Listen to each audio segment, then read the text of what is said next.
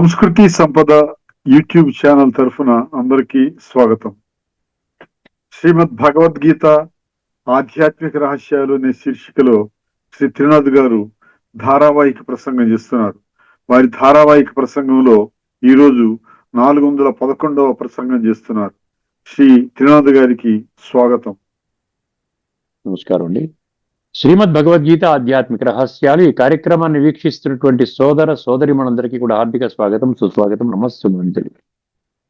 ముందుగా ధార్మికము ఆధ్యాత్మికము ఈ విషయాన్ని మనం చర్చిస్తూ ఉన్నాము. సుమారుగా గత 200 ఎపిసోడ్స్ నుంచి చర్చిస్తున్నామండి. ఇంకా కూడా రాబోయే అనేక ఎపిసోడ్స్లో కూడా ఈ విషయాన్ని చర్చిస్తాం. ఎందుకంటే ఇది చాలా ముఖ్యమైన విషయం. మనము ధార్మికము ఆధ్యాత్మికము ఒకటే అనుకుని జీవిస్తూ ఉన్నాము. ఈ రెండింటికి రాత్రికి పగలకి ఉన్నంత తేడా ఉందండి. భూమికి ఆకాశానికి ఉన్నంత తేడా ఉంది. ఇది ఆశ్చర్యంగా ఏమనిపిస్తుందంటే అత్యంత విశిష్ట వ్యక్తులు కూడా ఈ విషయాన్ని ఇప్పటి వరకు ప్రజలకు బయటపెట్టలేదండి, భక్తులకు చెప్పలేదు. అర్థమైందండి. అందువల్ల మనం ఆధ్యాత్మికము ధార్మికము ఒకటే అనుకుంటున్నాం కాబట్టి మనలో ఎటువంటి మార్పు చేసుకోవాలి అన్న ఆలోచన సంకల్పం కూడా కలగలేదన్నమాట. ఇది విషయం. అయితే ఇప్పుడు ఈ ఎపిసోడ్లో ఒక ముఖ్యమైన విషయాన్ని తీసుకొస్తున్నాను. మీకు ధార్మిక జగత్తులో ప్రతి గ్రంథము కూడా దాని యొక్క విశ్లేషణ ఇంటర్ప్రిటేషన్ అంటారు, భాష్యము అంటారు. అర్థమైందండి. ఇప్పటి వరకు మీరు ఏ గ్రంథమైనా తీసుకోండి, ఎన్ని వేల పుస్తకాలైనా ధార్మిక గ్రంథాలు దాని మీద ఎంతోమంది టిప్పణి అంటారు హిందీలో, అంటే భాష్యాలు వ్రాయటం జరిగింది, ఇంటర్ప్రిటేషన్ ఇవ్వటం జరిగింది. అర్థమైందండి. ఇవన్నీ కూడా భాష్యాలే. ఇప్పుడు ఆధ్యాత్మిక కోణంలో మనం అర్థం చేసుకుంది ఏంటి? భాష్యం కాదు, యథార్థము, వాస్తవము, సత్యము, తత్వము, తర్కము, ఇంగిత జ్ఞానము. ఉన్నది ఉన్నట్లుగా భగవంతుడు భగవానువాచ అంటున్నామంటే డైరెక్ట్ మహావాక్యాలు మనం వింటున్నాం. అది భాష్యము కాదు, గుర్తుపెట్టుకోండి. ఏ వ్యక్తి చెప్పినటువంటి జ్ఞానము కాదు. స్వయముగా పరమాత్మనే సృష్టి మీద అవతరించి ఒక సాధారణ వ్యక్తి, సాధారణ ఒక మానవ శరీరాన్ని అధిరోహించి వారి జ్ఞానాన్ని ఇస్తున్నారు. ఇప్పుడు భాష్యానికిను వాస్తవానికి తేడా ఏముందండి అని ప్రతి ఒక్కరి మనసులో కూడా ఒక సంకల్పం కలగొచ్చండి. చాలా భయంకరమైన తేడా ఉందండి. భాష్యములు కేవలము పఠన, పారాయణ, శ్రవణ, ప్రచార, ప్రసారం ఇంతవరకే మనం చేస్తాము. భాష్యములో ఆచరణకు ఎటువంటి ప్రాధాన్యత లేదు. ఇది ఆచరణ చెయ్యాలి అని భగవంతుడు గీతలో 3వ అధ్యాయం 21వ శ్లోకములో, 3వ అధ్యాయం 31వ శ్లోకములో ఏదైతే గట్టిగా చెప్పడం జరిగిందో ఆ విధంగా నొక్కి వక్కాణించటం అనేది భాష్యకారులు ఎక్కడా కూడా ఆ విధంగా చెప్పటం లేదు. ఈ కారణంగా ఏమవుతుందండి, ఎప్పుడైతే మనం ఆచరణలో పెడతామో ఆచరణలో పెట్టినప్పుడే మన జీవితంలో పరివర్తన వస్తుంది, సకారాత్మక పరివర్తన వస్తుంది. అర్థమైందండి. మన ఆలోచనల్లో సకారాత్మకత వస్తుంది. దాన్నే గీతలో ఏమంటాడు? సాత్విక పరివర్తన అంటాడు. మన సంస్కారాలలో పరివర్తన వస్తోంది. ఇప్పుడు ఈ భాష్యము ప్రకారంగా పఠన, పారాయణ, శ్రవణలో ఆచరణ లేకపోయినట్లయితే పరివర్తన రావడం లేదు కదా. నిజంగా పరివర్తన వచ్చి ఉంటే ప్రపంచమంతా మారిపోయి ఉండేది, సృష్టి పరివర్తన జరిగి ఉండేది, భగవంతుడు ఈ సృష్టి మీద అవతరించవలసిన అవసరం కూడా ఉండేది కాదు. ఎందుకంటే ఇన్ని రకాల శాస్త్రాలు, సర్వశాస్త్రమై శిరోమణి, సర్వశాస్త్రాలు శ్రీమద్ భగవద్గీత యొక్క బిడ్డలు. సో గీతా శాస్త్రాన్ని కూడా మనం పఠన, పారాయణ, శ్రవణానికి అంకితం చేసుకున్నాం, గీతా శాస్త్రాలన్నీ. అందుకని ఆధ్యాత్మిక జగత్తులో సంస్కార పరివర్తన జరుగుతుంది. ఆధ్యాత్మిక జగత్తులో అక్కడ భాష్యము అని అనరు, మన జీవితాన్ని సమూలంగా పరివర్తన చేసేటువంటి సంపూర్ణ ఆధ్యాత్మిక జ్ఞానము, ఆ యొక్క జ్ఞానాన్ని జీవితములో అమలు పరిచేటువంటి సంపూర్ణ ఆధ్యాత్మిక విజ్ఞానము, complete spiritual knowledge and complete spiritual wisdom. ఈ విజ్డమ్ అనేటువంటి పదం భాష్యములో మనకి ఎవరికి కూడా అంతుపట్టదండి, అర్థం కాదండి. ఏ విధంగా నాలెడ్జ్ని విజ్డమ్ కింద కన్వర్ట్ చేయాలి భాష్యకారులు చెప్పలేరు. ఇప్పటి వరకు ఎవరు ఆ విధంగా పరివర్తన చేయించలేదు. కానీ అద్భుతమైనటువంటి విషయం, మీకు ఆనందాన్ని కలిగించే విషయం ఏమిటంటే, ఇప్పటికే ఈ యొక్క ఆధ్యాత్మిక దృష్టికోణములో భాష్యము కాకుండా యథార్థంగా ఉన్నది ఉన్నట్టుగా అర్థం చేసుకున్నటువంటి వాళ్ళలో సుమారు 20 లక్షల మందిలో వాళ్ళలో చైతన్యం వచ్చింది. ఆత్మ అనుభూతి చేసుకుని పరమాత్మతో యోగం చేసుకుంటూ సంస్కార పరివర్తన చేసుకుంటున్నారు. ఇది తిరుగులేని, తిరస్కరించలేని సత్యము. అర్థమైంది? ఇదనమాట రాత్రికి పగలకున్నంత తేడా భాష్యము, యథార్థము. అర్థమైందండి? తదుపరి ఎపిసోడ్లో మరికొన్ని విషయాలు తెలుసుకుందాం. ఇప్పుడు మనం యక్ష ప్రశ్నకు వస్తున్నామండి. యక్ష ప్రశ్న అద్భుతమైన ప్రశ్న అండి. 54వ ప్రశ్న. 54వ ప్రశ్న ఏమంటున్నాడండి? కా పంధాహ, కా పంధాహ, ఏది మార్గము అంటున్నాడు. మార్గం ఏమిటి? మనకు మార్గం లేదు ఈ రోజున. ఏ మార్గంలో నడవాలి నేను? లేకపోతే నేను నడుస్తున్న మార్గమే పర్ఫెక్ట్ మార్గం అని ఏ శాస్త్రం నిర్ధారించింది? ఏ ప్రవచనకారుడు నిర్ధారించాడు? విషయ వికారాల వలయములో కూరికుపోవటమే మన మార్గమా? ఇప్పటి వరకు ప్రపంచమంతా దిగజారిపోవడమే మార్గమా? ప్రపంచం మంచిగా నైతిక విలువలతో, చరిత్ర నిర్మాణముతో, దైవీ సంస్కారాలతో మనుషులు ఉండకూడదా? ప్రపంచం స్వర్గతుల్యంగా అవ్వకూడదా? ఆలోచించండి. ఒక్కసారి బుద్ధినేత్రాన్ని తెరుచుకోండి. సత్యత ఆధారంగా ధర్మ విచక్షణను తెలుసుకొని కాస్త అర్థం చేసుకుంటే అందుకనే ఇక్కడ గంధర్వుడు, యక్షుడనే గంధర్వుడు యుధిష్ఠిరుణ్ణి ఏమడుగుతున్నాడు? కా పంధాహ, ఏది మార్గము అంటే ఏంటి? ఏది సరైన దారి? ఇదండి ప్రశ్న. అద్భుతమైనటువంటి సమాధానం చెప్తున్నాడండి యుధిష్ఠిరుడు. యుధిష్ఠిరుడు చెప్పేటువంటి ప్రతి ఒక్క సమాధానము మన జీవితాన్ని పరివర్తన చేసే విధంగా ఉంది. ఇప్పటి వరకు 53 ప్రశ్నలను మనం చర్చించుకున్నాము. ఇప్పుడు 54వ ప్రశ్న యుధిష్ఠిరుడు ఏం చెప్తున్నాడు ఒక్కసారి గమనించండి. ఏమన్నాడండి సమాధానము? మహాజనో ఏన గతః సపంధా. సంస్కృతంలో అలా వచ్చాడు. మహాజనో ఏన గతః సపంధా. దాని అర్థం ఏమిటి? మహాజనులు నడిచిన దారియే పంధా అంటే సరి అయిన మార్గం. మహాజనులు నడిచిన మార్గాన్ని మీరు గుర్తించండి, ఆ మార్గంలో మీరు నడవండి. అప్పుడు మీకు సరి అయిన మార్గం ఏమిటి? ఇప్పటి వరకు నేను నడుస్తున్న మార్గము సరి అయిన మార్గము కాదు అన్న విషయము, సత్యము బోధపడుతుంది. కొంచెం వివరణలోకి వెళ్ళినట్లయితే పంధా అంటే మార్గము, దారి, జీవన విధానము. ఒక ప్రతిపదార్థం రాసుకున్నాను నేను. పంధా అంటే ఏంటి? మార్గము గాని, దారి, జీవన విధానము. మహాజనులు అంటే ఎవరు? ఇది చాలా ముఖ్యం. ఎందుకంటే మహాజనులు నడిచిన మార్గమే నీ సరి అయిన మార్గం అని చెప్పినప్పుడు మహాజనులు ఎవరో మనం గుర్తించాలి కదా. అంటే ఏమన్నాడు? ధర్మనిష్ఠులు. మహాజనులు అంటే ధర్మనిష్ఠులు, జ్ఞానులు, ఋషులు, దైవీ సంస్కారాలతో ఉన్నటువంటి మహనీయులు అన్నాడు. దైవీ సంస్కారాలు ఉన్నటువంటి మహనీయులు అన్నాడు. అర్థమైందండి? అంటే ఏమి లేదండి, ఆత్మతత్వాన్ని తెలుసుకొని పరమాత్మతో యోగము చేసుకుంటూ పరమాత్మ నుండి గుణాలు, శక్తులు తీసుకుని మనలోని కుచ్చిత సంస్కారాలు, తప్పుడు సంస్కారాలు, మలిన సంస్కారాలు, తామసిక ప్రధాన సంస్కారాలని తొలగించుకొని సాత్విక ప్రధాన సంస్కారాలతో జీవన ప్రయాణాన్ని సాగించే వారినే ఇక్కడ ఈ యొక్క యుధిష్ఠిరుడు ఏమంటున్నాడు? మహాజనులు అంటున్నాడు. ధర్మ మార్గాన్ని నడిచేవాళ్ళు అన్నమాట. ధర్మము సూటిగా కనిపించదు, తర్కముతో పట్టుబడదు. ఏదో వాగ్వివాదం చేసుకుంటూ ఉంటారు. లేదండి మీరు చెప్పింది కరెక్ట్ కాదు, ఇది కరెక్ట్, అది కరెక్ట్, ఇది కరెక్ట్. ఈ డిబేట్స్ లో జల్పము, వితండము అని మనం తెలుసుకున్నాం కదా. వాదము, జల్పము, వితండం. ఈ జల్పము, వితండం వాళ్ళు ఏంటంటే బుద్ధినేత్రాన్ని తెరవరు. కేవలం ఏమంటారు? ఈ యొక్క దిమాక్ అంటారు. దిమాక్ అంట. దిల్ అంటే ఆత్మ, దిమాక్ అంటే ఏమిటి? బ్రెయిన్ అన్నమాట. దాంతో ఏదో ఆర్గ్యూ చేస్తూ ఉంటారు. దానివల్ల ఉపయోగం లేదండి. ఈ ఆర్గ్యుమెంట్స్ వెళ్లే వాళ్ళతో అసలు మాట్లాడకూడదు అంటాడు గీతలో. అర్థమైందండి? భగవంతుడు కూడా ఏమంటాడు? కేవలము వాదము ద్వారా, వాదం అంటే ఏంటి? ఒక సరి అయినటువంటి డిబేట్, సత్యాన్వేషణ కొరకు చేసేటువంటి డిబేట్, అది మాత్రమే నేను దాంట్లో ఉంటాను, మిగతా నాకు సంబంధం లేదు అంటాడు. అందుకనే తర్కం అంటే అటువంటి తర్కం అన్నమాట. అందుకే ధర్మాన్ని జీవించిన మహాజనులు, ధర్మాన్ని జీవించిన మహాజనులు చూపిన మార్గమే నిజమైన మార్గము. సో యుధిష్ఠిరుడు ఏమంటున్నాడు?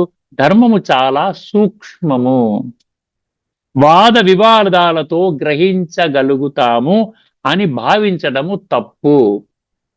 దేహభ్రాంతిలో కూర్చుని అసలు ఆత్మ తత్వమే లేదు, ఆత్మ జ్ఞానము లేదు, పరమాత్మ తత్వం లేదు, రాజయోగము లేదు, సంస్కార పరివర్తన లేదు. కానీ పెద్ద పెద్ద గంటల కొద్దీ డిబేట్స్ చేసుకుంటారు, దానివల్ల ఎటువంటి ఉపయోగము లేదు అంటున్నాడు. వాద వివాదాలతో మనము ఈ సూక్ష్మాన్ని, ధర్మమనే సూక్ష్మాన్ని గ్రహించగలుగుతాము అని భావించటము తప్పు. గ్రంథాలు భిన్నంగా చెప్పినట్లుగా కనిపిస్తాయి. ఇప్పుడు చూడండి, ఎన్ని గ్రంథాలు ఉన్నాయి చెప్పండి. ధార్మికం అనండి, ఆధ్యాత్మికం అనండి, ఇంకోటనండి. అన్ని గ్రంథాలని ఒక్కసారి మనం చూసి సారం ఏమైనా గ్రహించామా? గ్రంథాలంటే జ్ఞానమే కదా ఉన్నది అందులో. అందువలన ఎన్నో భిన్నంగా ఉన్నాయి కాబట్టి ప్రతి ఒక్కరూ కేవలం చదువుకుంటూ వినటము, చదవటము, డిస్కస్ చేసుకోవడం వరకు పరిమితం చేసుకున్నారు. కానీ అందులో ఉన్న సారాన్ని గ్రహించి జీవితంలో ఆచరించే విధానాన్ని సమూలముగా విస్మరించారు. అందుకే ధర్మాన్ని జీవితములో ఆచరించి చూపిన వారు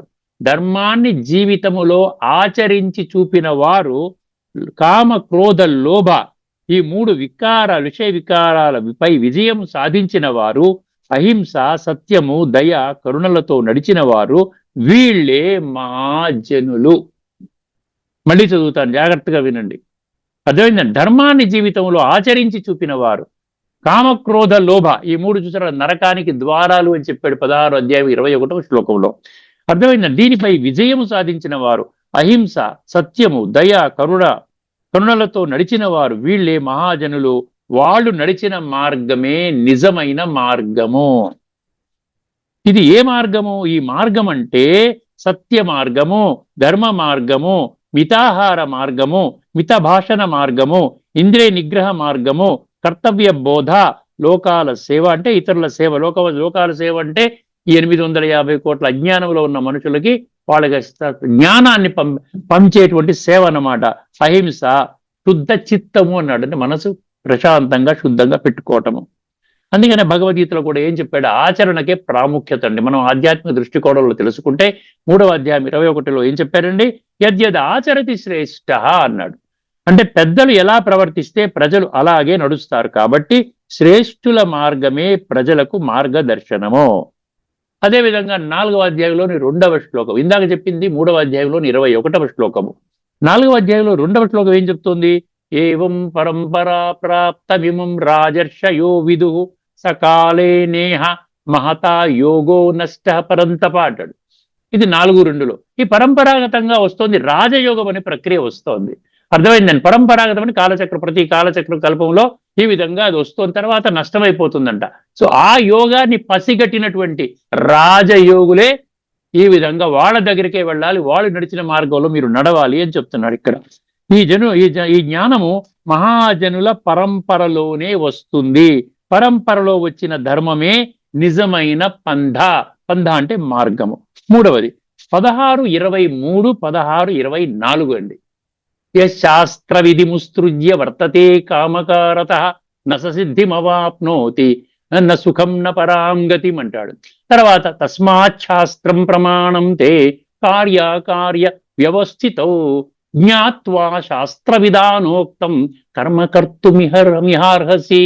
ఈ 2 శ్లోకాల తాత్పర్యం ఏమిటంటే, గీతా శాస్త్రాన్ని ఆధ్యాత్మిక దృష్టికోణములో అర్థము చేసుకుని ఆ యొక్క సారాన్ని జీవితంలో ఆచరణ చెయ్యాలి, అనుభవంలోకి తీసుకొని రావాలి, పర్యవసానంగా సంస్కార పరివర్తన చేసుకోవాలి. ఈ మార్గంలో నడిచిన వాళ్లే ధర్మజనులు అంటున్నాడు, మహాజనులు అంటున్నాడు.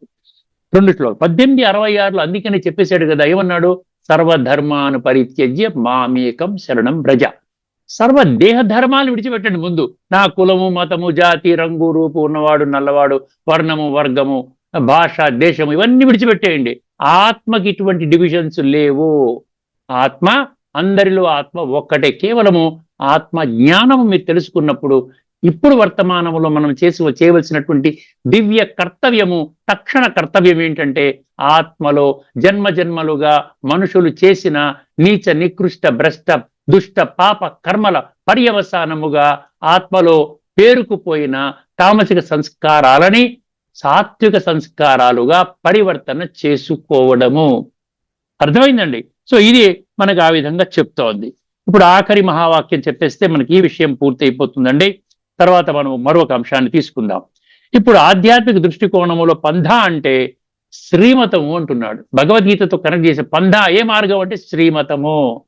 భగవంతుడు 574 శ్లోకాల ఆధారంగా ఏదైతే జ్ఞానం చెప్తున్నాడో, రాజయోగము, ఈశ్వరీయ జ్ఞానము, సంస్కార పరివర్తన జ్ఞానము, ఇదనమాట శ్రీమతము. మిగతాదంతా మనుషులు ఆచరించేదంతా కూడా జనమతము లేక పరమతము. ఎవరికి తోచినట్లు వాళ్ళు ఆచరించినట్లయితే దాన్ని మనమతము అంటారు. మనమతము, పరమతము, జనమతము, ఇవన్నీ మూడు కూడా శ్రీమతము కాదు. మీరు ఆచరిస్తున్న విధానాన్ని ఇది శ్రీమతము అని ధృవీకరించడానికి మీకు ఎటువంటి సాక్ష్యాధారాలు కూడా మీరు ఇవ్వలేరు. అదనమాట ఆ యొక్క తేడాన్ని మీరు కనిపెట్టడానికి. భగవంతుని ఉత్తమ ఆజ్ఞలు, భగవంతుడు ఆజ్ఞాపిస్తున్నాడండి. నువ్వు ఆత్మవి. భగవంతుడు చెప్తుంటే నువ్వు ఆత్మవి కాదు, నేను శరీరం అనుకుంటేలాగా.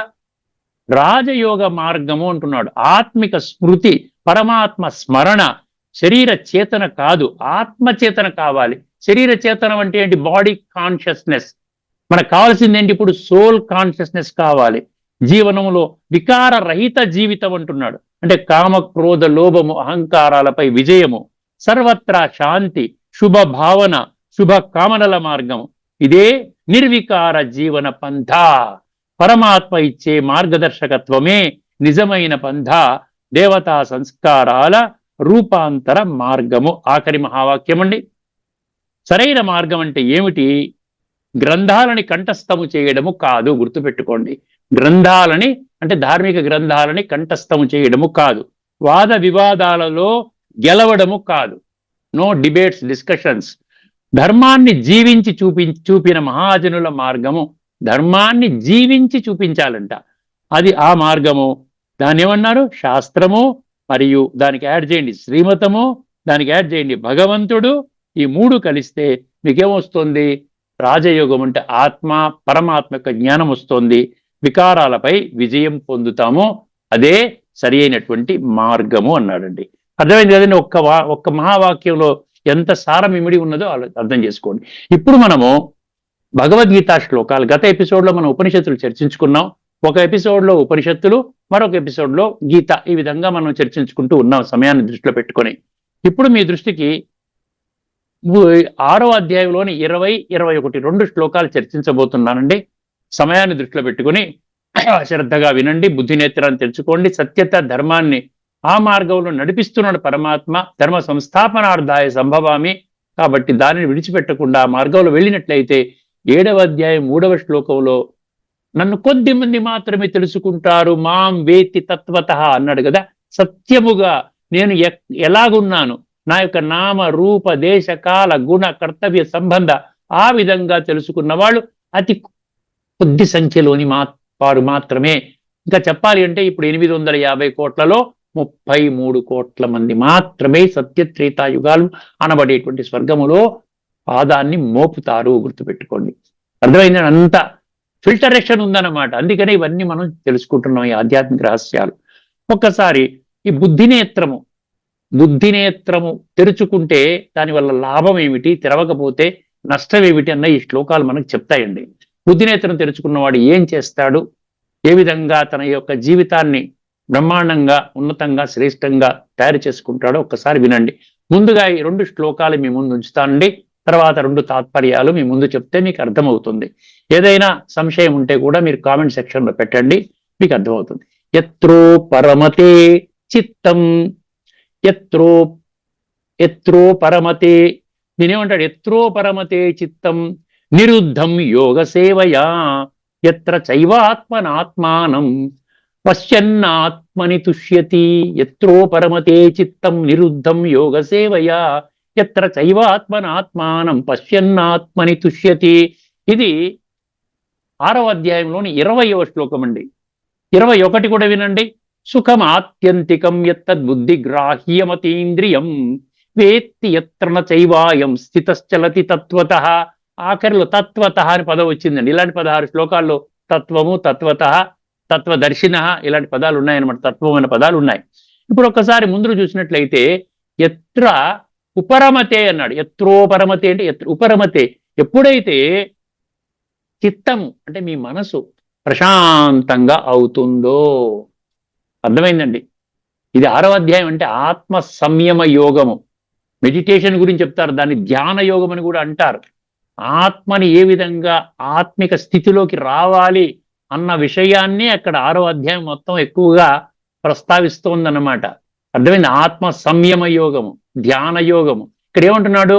ఎత్రో ఉపరమతే. ఉపరమతే అంటే ఏమిటి? ఈ చిత్తం అన్నాడు. ఏది ఉపరమతే? చిత్తం. చిత్తం ఎప్పుడైతే శాంతిస్తుందో, అర్థమైంది? మీరు ఇంకా చదువుకోవచ్చు, 6వ అధ్యాయం 20వ శ్లోకం చదువుకోండి. నిరుద్ధం అన్నాడు. నిరుద్ధం అన్నాడు. నిరుద్ధం అంటే ఏంటి? నియంత్రించబడినటువంటి మనస్సు, సెల్ఫ్ కంట్రోల్డ్ మైండ్ అన్నమాట. ఈ రోజున మైండ్ అంతా ఎటుపోతుంది, అటో ఇటు అటో ఎడిపోతోంది. అర్థమైందండి? దాన్ని కాకుండా నిరుద్ధం. దేని ద్వారా నిరుద్ధము? యోగ సేవయా అన్నాడు. యత్రో పరమతే చిత్తం నిరుద్ధం యోగ సేవయా. యోగం అంటే గుర్తుపెట్టు, యోగం అనగానే నేను ఆత్మని, నా తండ్రి పరమాత్మ, నేను కూడా ఈ భౌతిక చర్మ చక్షువులతో కనబడను, నన్ను కూడా చూడలేరు. ప్రతి ఒక్క మనిషిలో తన యొక్క మూల స్వరూపం ఆత్మ. ఇది శ్రీమద్ భగవద్గీత ప్రాథమిక ఆధ్యాత్మిక మూల సిద్ధాంతము. అందుకని ఎప్పుడైతే యోగ సేవలో ఉంటారో, నిరుద్ధం అంటే ఎటువంటి ఆంతరిక సంఘర్షణ ఉండకుండా ప్రశాంతంగా ఉంటుంది. ఆత్మ నియంత్రించబడుతోంది, సెల్ఫ్ కంట్రోల్ అవుతుంది, మనసు ప్రశాంతంగా ఉంటుంది. యత్రో పరమతే చిత్తం నిరుద్ధం యోగ సేవయా.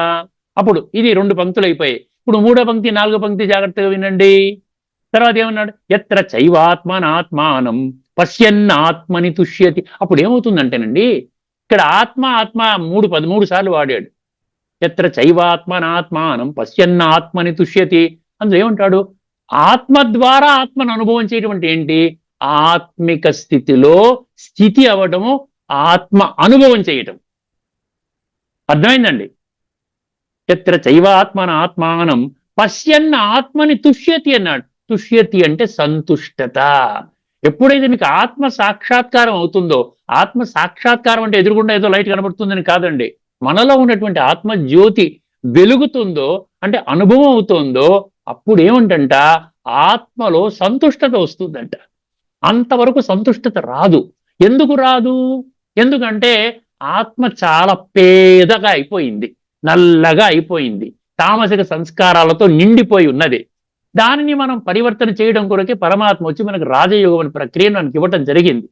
అందుకని ఏం చెప్తున్నాడు? ఎప్పుడైతే మనసు ప్రశాంతంగా ఉంటుందో, చిత్తం ప్రశాంతంగా ఉంటుందో, దేనివల్ల? ఈ ఆత్మ నియంత్రణ వల్ల. ఇంకా దేని వల్ల అవుతుందన్నాడు? యోగ సేవయా ద్వారా. అప్పుడు ఏమవుతుందంట? ఆత్మ సాక్షాత్కారం అంటే ఆత్మానుభవం అవుతుంది.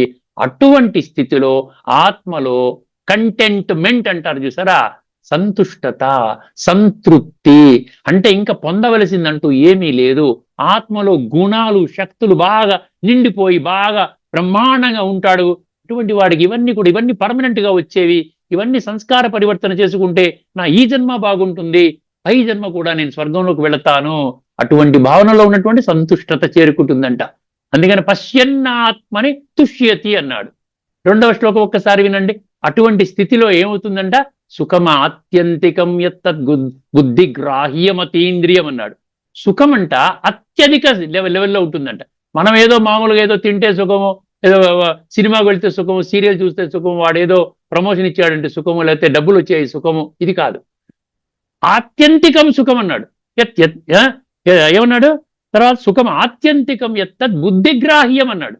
అది బుద్ధి ద్వారా వస్తోంది, స్థూలంగా వచ్చేటువంటిదిగా. బుద్ధి అంటే కూడా అది సూక్ష్మము, మనసు కూడా సూక్ష్మము, సంస్కారాలు కూడా సూక్ష్మంగా తయారవుతాయి. ఇవన్నీ ఆత్మ యొక్క సూక్ష్మ శక్తులన్నమాట. మనసు, బుద్ధి, సంస్కారం, ఆత్మ సూక్ష్మము, ఇవన్నీ సూక్ష్మము.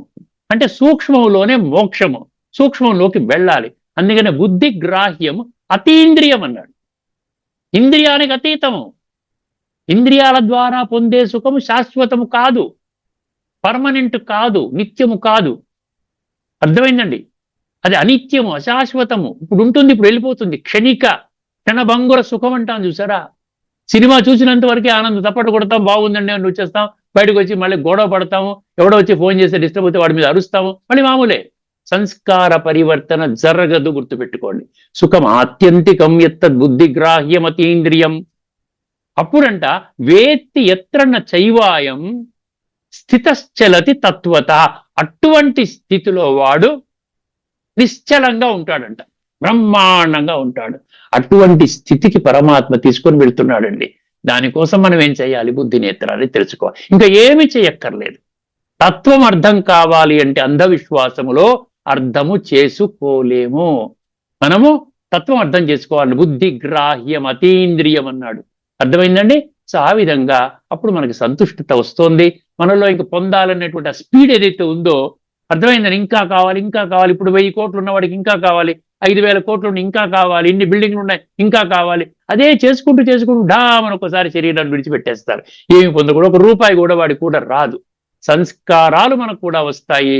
కాబట్టి మీరు అతీంద్రియ సుఖము కోసం మీరు పాటుపడండి. దానికోసం మీరు యోగ సేవయ ఆత్మ పరమాత్మ యొక్క జ్ఞానాన్ని తెలుసుకోండి. రాజయోగ ప్రక్రియ ద్వారా మీ జీవితాన్ని సుఖవంతము చేసుకోండి. అర్థమైందండి? ఒక్కసారి భగవద్గీతలో ఇచ్చిన ఈ ఒక్క మహావాక్యం ఒక్క నిమిషంలో చదివేస్తే మీకు అర్థమవుతుంది. భాష్యకారులు దీనికి ఏ విధంగా భాష్యం చెప్పారో మీకు అర్థమవుతుంది. కేవలం నేను అందులో అర్థమే చదువుతాను, మళ్ళీ శ్లోకం చదవను, సమయాన్ని దృష్టిలో పెట్టుకొని. ఒక్కసారి వినండి. ధ్యాన యోగ సాధనచే నిగ్రహింపబడిన చిత్తము ఉపరతిని పొంది పరమాత్మను ధ్యానించుట ద్వారా పవిత్రమైన సూక్ష్మ బుద్ధితో ఆ భగవానుని సాక్షాత్కరింప చేసుకున్న యోగి ఆ సచ్చిదానంద ఘన పరమాత్మ యందే సంతుష్టడగుచున్నాడు. అది 20 అండి. 21 బ్రహ్మానంద అనుభవము ఇంద్రియాతీతమైనది, పవిత్రమైన సూక్ష్మ బుద్ధి ద్వారా మాత్రమే గ్రాహ్యమైనది. ఆ బ్రహ్మానందమును అనుభవించుచు దానియందే స్థితుడయ్యున్న యోగి పరమాత్మ స్వరూపము నుండి ఏ మాత్రము విచలితుడు కానే కాడు. అప్పుడు పరమాత్మతో కనెక్ట్ అవుతాము. మనం హయ్యెస్ట్ ప్రాప్తి మనం పొందుతామన్నమాట. అప్పుడు ఏమవుతుందంటే ఈ ఇంద్రియ సుఖాలపై పెంపర్లాడము మనకి ఉన్నటువంటి ఆ స్థితిలో హయ్యెస్ట్ లెవెల్ ప్రాప్తి పొందుతాం. కాబట్టి సంతుష్టత అనేటువంటి గుణము మనకి వస్తుందన్నమాట. అర్థమైందని ఇక్కడితో మనం ఈ చర్చను ముగించుకుందామండి. తదుపరి ఎపిసోడ్లో మీకు ఒక అద్భుతమైనటువంటి ఉపనిషత్తు మంత్రాన్ని మనం చర్చించుకోబోతున్నాం. అదేవిధంగా 55వ యక్ష ప్రశ్న, మరి ధార్మికం ఆధ్యాత్మిక మీద మరొక మంచి విషయాన్ని మనం చర్చించుకుంటున్నామండి. అంతవరకు సెలవు. అందరికీ నమస్కారం. లోకా సమస్త సుఖినో భవంతు. ఓం శాంతి. శ్రీమద్ భగవద్గీత ఆధ్యాత్మిక రహస్యాల తత్వసారాన్ని మనకు సవివరంగా వివరించిన శ్రీ శ్రీనాథ్ గారికి ధన్యవాదాలు.